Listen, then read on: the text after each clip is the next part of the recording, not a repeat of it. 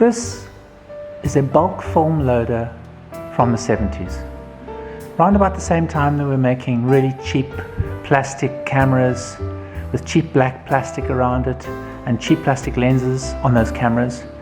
They were making these as well, so you could bulk load 35mm film. It was an amazing way that you could get scratches on your negs. So if you don't want to use one of these, or you don't feel like going to buy a second-hand one full of little bits of dust and sand in the velvet light trap, then watch this video, because I'm going to show you how to load film by hand. Well, most importantly, you're going to need a darkroom, and the darkroom I have basically works better at night than during the day, as you can see in this picture. And you need a straight edge. I've got one in my darkroom, but I thought for the video I'll just do one outside. So there's your cassette that you're going to be using, a reusable one, some film, masking tape, and then some scissors and measuring things, like a tape measure or a ruler. You have to measure 4mm from the edge of the tile and then start sticking your tape on to the edge. Now you need about 75mm of tape, so I think roughly 3 inches, in order to be able to tape the film onto the cassette. So what I do is I tape it down, snip it off, and then I bend the edge over, as you can see in this picture. Measure it, and then bend it over. You want a bit of a bend so that when you run the film up against the tape, it'll in the dark it'll stop and you can feel where you are. So a roll of 35mm film is 1.6 meters, so you need to find some way of working out how to measure that in the dark. I often just put 2 clamps 1.6 meters apart.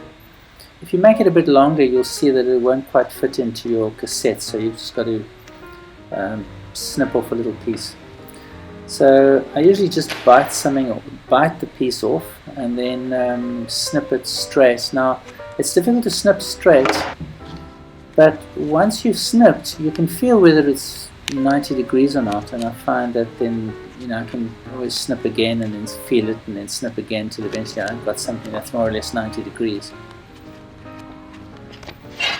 So here we are, sliding the film up to the masking tape in the dark, and it stops. You can feel it, you flip it over, and now you know that the masking tape is parallel to the edge of the tile or the edge of the table. So you pull it off, grab your cassette spool, making sure that the emulsion is correctly situated with the protruding end of the spool downwards. You just roll it back on the masking tape, and if it's parallel to the edges of the spool, it will be parallel to the film. And then from there, you can measure that as 1.6 on the things that you've used to mark the table. And then after that, I just make sure that the tape is on both sides, on the inside and the outside of the film, and then just roll it up manually until it's done, until it's all rolled up.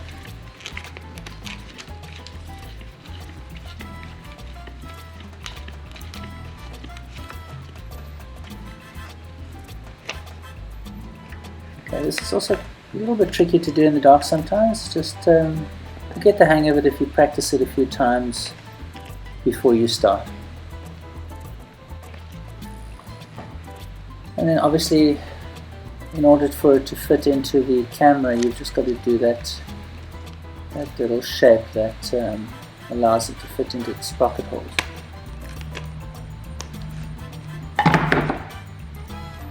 And there you have your roll of film. All done. If you can't work out which is the emulsion side or the backing side, it's quite easy. The emulsion side has usually got a bit of a pearly look to it, and it's a little bit matte, whereas the back is shiny. But if you can't work that out, just stick it between your lips. It sticks on the side that the emulsion side is on.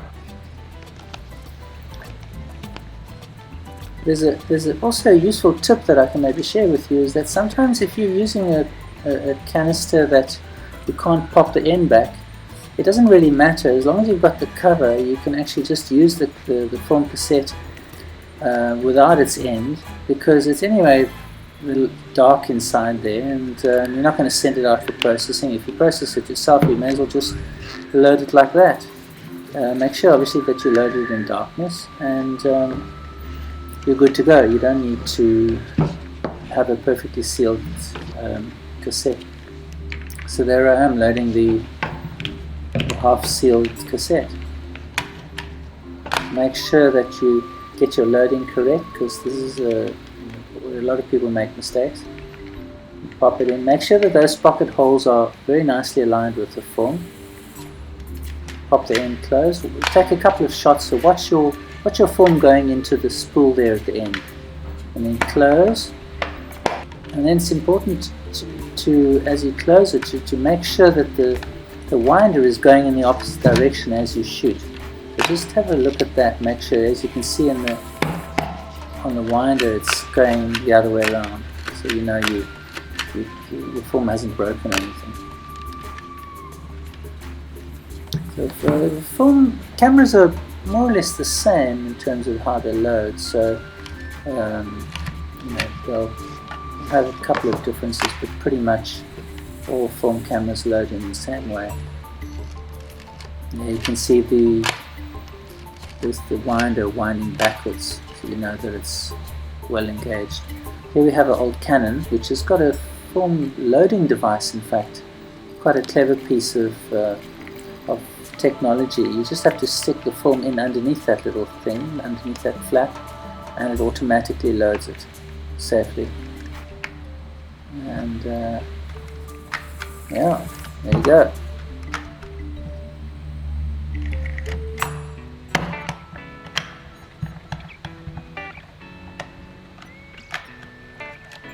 There we are. The winder is going backwards, so you know it's done. This is 35 Olympus 35mm 35 RC from the 70s. Not a plastic camera. It's a lovely little camera. Actually, it was my first camera that I ever owned. Very easy to load. Very simple. There you go.